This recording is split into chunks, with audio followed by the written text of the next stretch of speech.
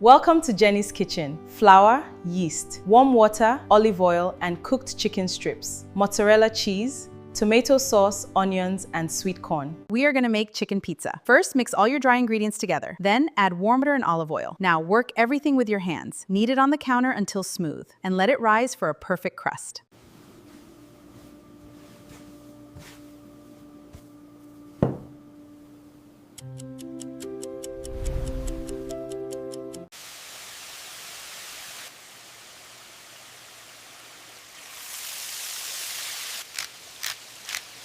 Lowered set in, everyone.